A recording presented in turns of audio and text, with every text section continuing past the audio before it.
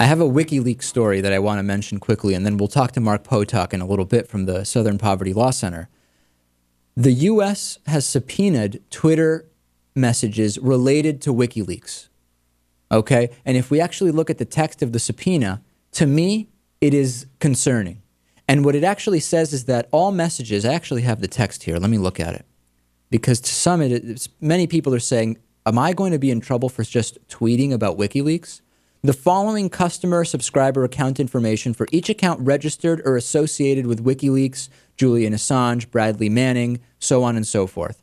They want subscriber names, usernames, screen names, and identities, mailing address, residential address. Not that Twitter would have a lot of this information. Length of service, when did you sign up for Twitter? How are you paying for the service? Twitter is a free service, so I don't know what that refers to. And many people are scared now that the government is actually going to individually investigate and go after anybody who has tweeted about WikiLeaks. Now, will it be just people who appear to support WikiLeaks on Twitter or not? I don't know.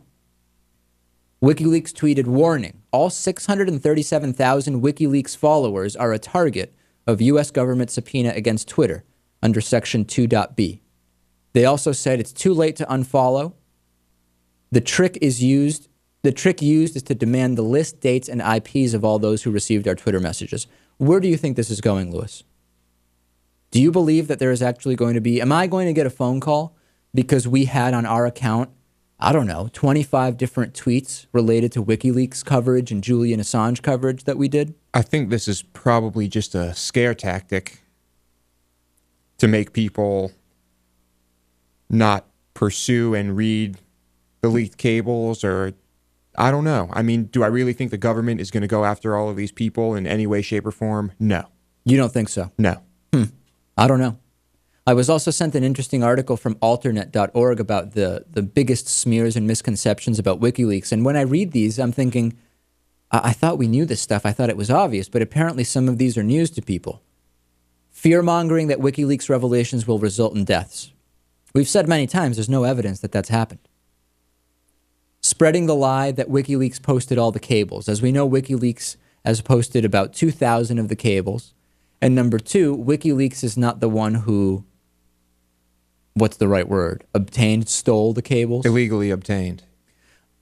People are claiming that Assange has committed a crime regarding WikiLeaks. So these go on and on. I won't go through the whole list because I know our audience would be insulted if I went through and tried to explain these to them. But it should give you an idea of some of the misconceptions that are out there and the ways that WikiLeaks is being smeared. And even though Julian Assange, in light of Gabrielle Giffords and that incident and other news, is a little bit on the back burner right now, the last we heard about WikiLeaks was not really about WikiLeaks. It was about Julian Assange. The story, and I don't know if you think, Lewis, it is just a specific strategy to get the attention off of the content of the cables and onto rape allegations, has become about Assange. Right. Possibly fabricated rape allegations too. We don't know. Yeah. I wouldn't comment on that. But I think it's very, very convenient.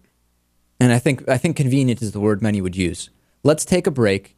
Make sure you're liking the David Pakman Show on Facebook, facebook.com/David Pakman Show. We'll come back. We'll talk to Mark Potok.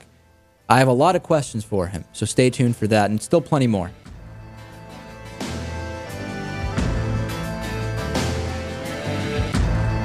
The David Pakman Show at davidpakman.com.